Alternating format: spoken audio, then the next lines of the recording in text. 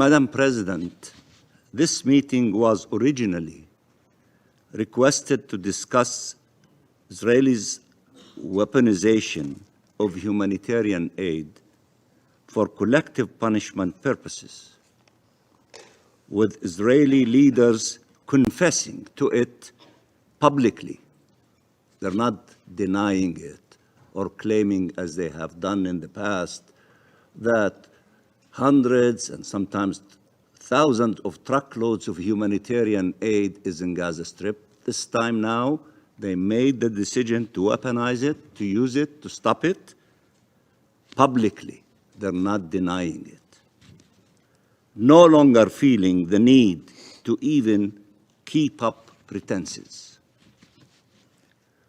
We were supposed to gather here to discuss how an entire civilian population who had survived a genocide and with still immense needs was yet again confronted with fuel and electricity being cut off, leading to the shutdown of essential water and sewage treatment facilities, worsening the already dire humanitarian conditions in Gaza, so-called evacuation orders to advance, forcible displacement, and all this coupled with the hermetic siege denying the entire civilian Palestinian population life-saving aid since the beginning of the month. Now, we gather here after a series of deadly Israeli attacks that killed last night alone hundreds of Palestinians. Current reports indicating over 400 killed and nearly 600 injured in the span of few hours during the night last night, reminiscent of the criminal bombardments our people endured for over 15 months. The same images are back to haunt us. Small children on Garnia's little siblings, injured and disoriented, trying to comfort and reassure each other. Entire families killed, children, mothers, fathers, searching for their loved ones under the rubble, not knowing if they are dead or alive. Bombardments, death, devastation, fire, and fear are yet again spreading throughout the Gaza Strip. And this is all happening during the Muslim holy month of Ramadan, 1 year after the councils chose this same period, given its significance, to call for the first time for a ceasefire to halt the genocide and stem unimaginable human suffering. In our tradition, nobody would fight during the month of Ramadan. This is from the beginning of time. But yet, the criminals, cruel, selfish leaders of the government of Israel, of the occupying authorities, do these things in spite of traditions and respect for religion and humanity. Madam President, Palestinians are being killed indiscriminately, are being denied humanitarian aid indiscriminately, are being maimed and detained indiscriminately. We condemn these crimes in the strongest possible terms. This can never be justified and must stop immediately. Must stop immediately. And I agree with you, Madam President, when you said that you have a responsibility around the table to act. You are the Security Council. Act. Stop this criminal action Stop them from denying our people food in the month of Ramadan and water and the hospitals to operate. Act. You have resolutions. Act. You have power. Act. Or, as my friend, the ambassador of Slovenia said, you become irrelevant. Act according to the power given to you by the Charter of the United Nations. Madam President, ceasefire works. It is the only thing that does. It stopped the bloodshed. It allowed the entry of humanitarian aid Israel had long denied. It allowed the release of hostages and prisoners. It allowed for the starving people to be given sustenance, for the sick and wounded to receive medical care, as the tenets of international humanitarian law and our very humanity oblige. Life was starting to triumph over death. Our collective role is to ensure life prevails, and that requires ensuring the full and effective implementation of Resolution 2735. Resolution 2735 is unequivocal. It clearly spells out the terms of each phase and the obligations of each side. It also clearly states in relations to phase 2, which includes release of hostages and full withdrawal of Israeli occupation forces from Gaza, that the ceasefire will continue as long as negotiations continue. And negotiations will keep going until all the agreements are reached and phase 2 is able to begin. There should not be unilateral, self-serving, and irresponsible decisions to execute breaking the ceasefire. While the Trump administration has prioritized the release of hostages, it is evident that Netanyahu's concern for his political selfish survival far outweighs his concern for the survival of the hostages.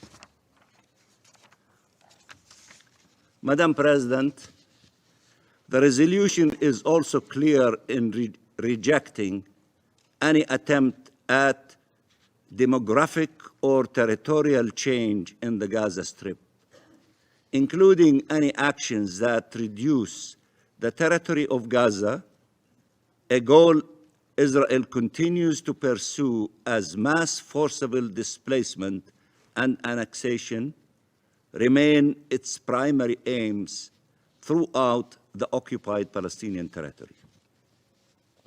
The resolution also reiterates the Council's unwavering commitment to the vision of the two-state solution where two democratic states, Israel and Palestine, live side by side in peace within secure and recognized borders, consistent with international law and relevant UN resolutions, and stresses the importance of unifying the Gaza Strip with the West Bank under the Palestinian Authority. This is the only way forward. This is the only way forward. Sustaining the ceasefire, implementing it in full, and transforming it into a clear and immediate pathway to Palestinian independence and ceasefire for all. Act now. You can act not to allow the ceasefire to be broken, not to allow the starvation of the Palestinian people. Act now. Madam President, the State of Palestine and Arab countries with the support of many around the world, have exerted every effort to ensure that Gaza in particular and Palestine as a whole are set on a different trajectory towards life and liberty, to change the reality our people has been for too long endured, and to change forever and for the better our region, for the benefit of all states and all peoples. A clear vision accompanied with a solid plan was endorsed by the Arab Summit and supported by the OIC ministerial meeting and has been welcomed worldwide, and many of you in your statements referred to your support to what was adopted in the Arab Summit conference. A small ray of hope was appearing on the dawn of the possibility of changing the tragedy in the Middle East to something that is different and promising. And perhaps that's why the criminal extremist leaders of Israel who do not want to allow this ray of possibility to flourish, they did what they did last night in order to destroy the efforts of all of us to open the door of peace. They are trying to close that door and to open the door of war and destruction and killing people. These efforts should be supported. The efforts of the Arabs, the OIC, and all of you that you've referred to should be supported, not compromised and sabotaged. They offer the only viable path away from conflict and towards peace. They have transformative power. Allow them to flourish. Allow them to become the new reality. Don't allow the other option of war and destruction and taking away lives, especially of children and women. Peace saves lives. War takes lives. Act. Choose peace. We, Palestine and Arab countries, are acting responsibly and with resolve to end this conflict once and for all. We are acting responsibly and with resolve to end this conflict once and for all. We will spare no effort, and we need all the help we can get. Help us. Act. We want peace. We have a plan. We have an alternative. We have options. It is crystal clear. Help us. Act with us to make peace is the option of the world, and make war not acceptable and need to be stopped, and ceasefire to prevail. This starts with supporting the Arab plan for reconstruction, which many of you refer to, supporting the Palestinian government's assumption of its responsibilities throughout the occupied Palestinian territory, the deployment of a UN-mandated mission throughout the occupied Palestinian territory, achieving a complete, comprehensive, and permanent ceasefire, and supporting an end of the occupation, Palestinian independence, implementing the two-state solution, and achieving shared peace and security. This is a historical moment where everyone must choose where they stand and what vision they want to see prevail. The next few days are decisive and can either set us on the right path or the wrong one, with huge implications for the region and the world. Help us in these few days to have the ceasefire in place, not the continuation of war. Life must prevail. Liberty must prevail. Peace must prevail. You are the mighty Security Council. Act, help us, and I thank you very much, Madam President.